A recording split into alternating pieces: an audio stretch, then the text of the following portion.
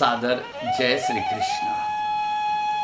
हे भक्त वृंदो, आज का बड़ा ही सुंदर और मनोहारी विषय है कलयुग के होने का क्या प्रमाण है, अर्थात कि कलयुग के लक्षण क्या हैं, कैसे पहचाने कि अब हम कलयुग के गर्त के कारण शुभ या अशुभ कर्मों के चक्कर में फंस चुके हैं।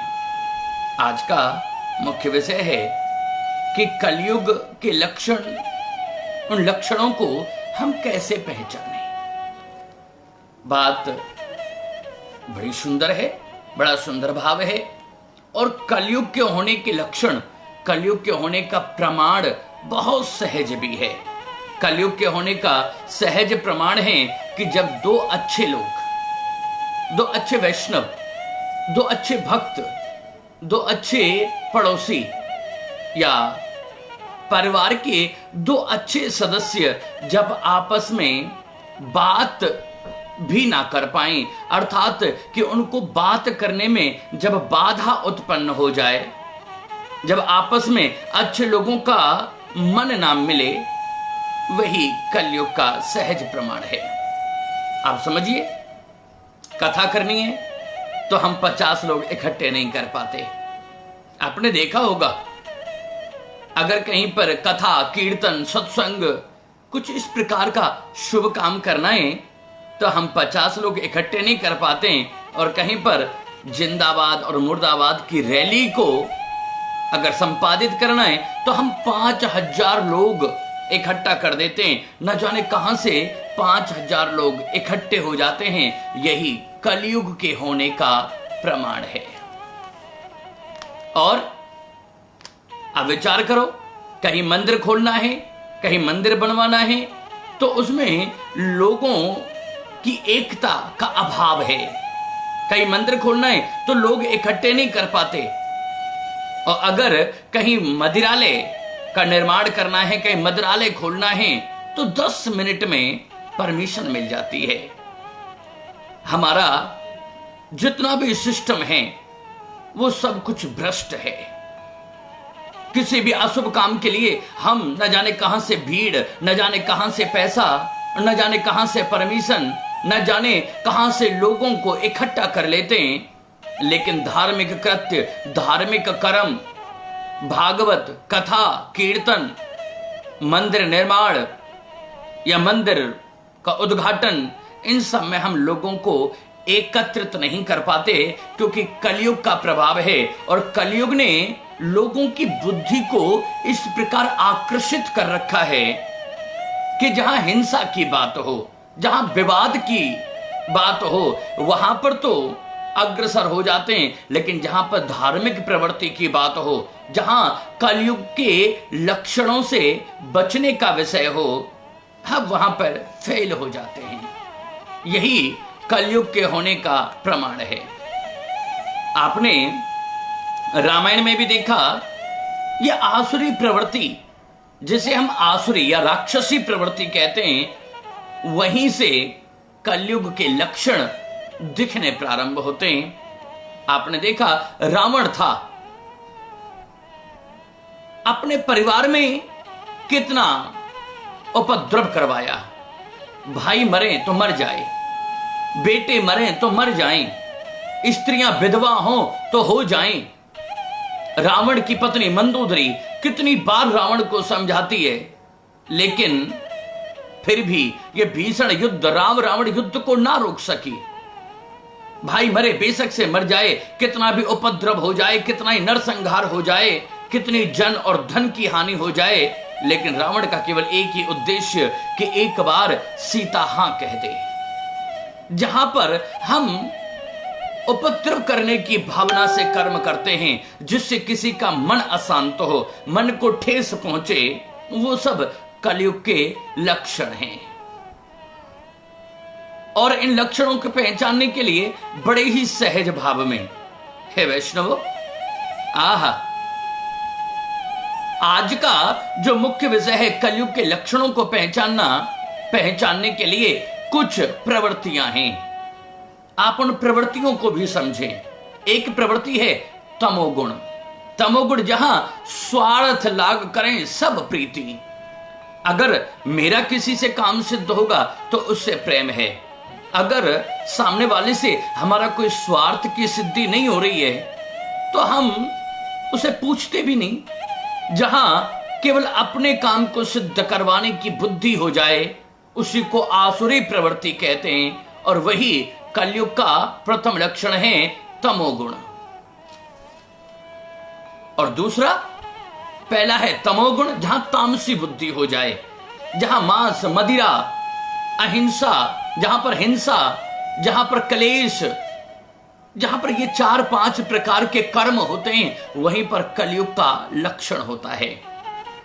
दूसरा है रजोगुण। रजोगुण माने मैंने तेरा भला किया तू मेरा भला कर, मैंने तेरी सेवा की अब तुम मेरी सेवा करो। जहां आदान प्रदान है, मैंने तुम्हारे लिए किया तो तुम भी मेरे लिए करो, अगर नहीं किया तो फिर आसुरी प्रवृत्ति, इसे कहते हैं रजोगुण। जहां पर लेन देन का फेर प्रारंभ हो जाए वो भी कलयुग का लक्षण है। और तीसरा विषय तमोगुण, रजोगुण, और तीसरा विषय है सात्विक गुण। जहां कलयुग को दूर हटाया जा सकता है।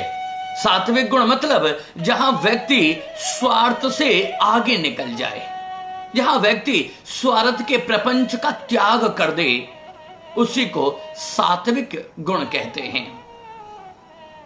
सेल्फलेसनेस, जहां पर स्वार्थ की कोई बात होती ही नहीं, जहां स्वार्थ के प्रपंच से जीव उठकर ऊपर की तरफ चले, सब में समान भाव रखे, सिया राम मैं सब जग जानी, जहां सब में एक जैसा भाव हो, वही सात्विक गुण हैं। और यहां पर कलयुग के लक्षण आपको किसी भी परिस्थिति में, किसी भी परिवार में कभी भी दिखाई ही नहीं देंगे। जिसने अपना हित त्याग दिया परमार्थ में, सर नाम उसी का, औरों के भले में भला अपना जग माहि उजागर, नाम उसी का, मरने पे जिसे जग याद करे, आहा, मरने पे जिसे जग याद करे, अमर तत्व मिले सुख धाम उसी का। जहां स्वार्थ के प्रपंच से जीव उठ जाता है वहां कलयुग अपने आप भाग खड़ा होता है। और व्यक्ति विशेष कलयुग के लक्ष्य के लक्षण के कारण जो अशुभ कर्म करता है, पाप कर्म करता है, नीच कर्म करता है, उन सब को त्याग करके केवल सब में भगवान के स्वरूप का साक्षात्कार करता है। सात्विक गुण का मतलब जहां पर हम औरों के भले का भाव अपने चित्त में धारण करते हैं। उदाहरण के लिए आप समझिए, एक पेड़ है, पेड़ का बहुत अच्छा उदाहरण होगा सात्विक गुण को परखने के लिए। हम एक पेड़ के नीचे बैठ जाएं, हमें छाया देता है, उसके पत्ते तोड़ लें, हमें औषधि प्रदान करता है, उसके फल तोड़ लें, हमें रस प्रदान करता है, और अंत में वो सूख जाए या उसकी टहनी काट लें, उसे जलाएं तो हमें अग्नि प्रदान करता है।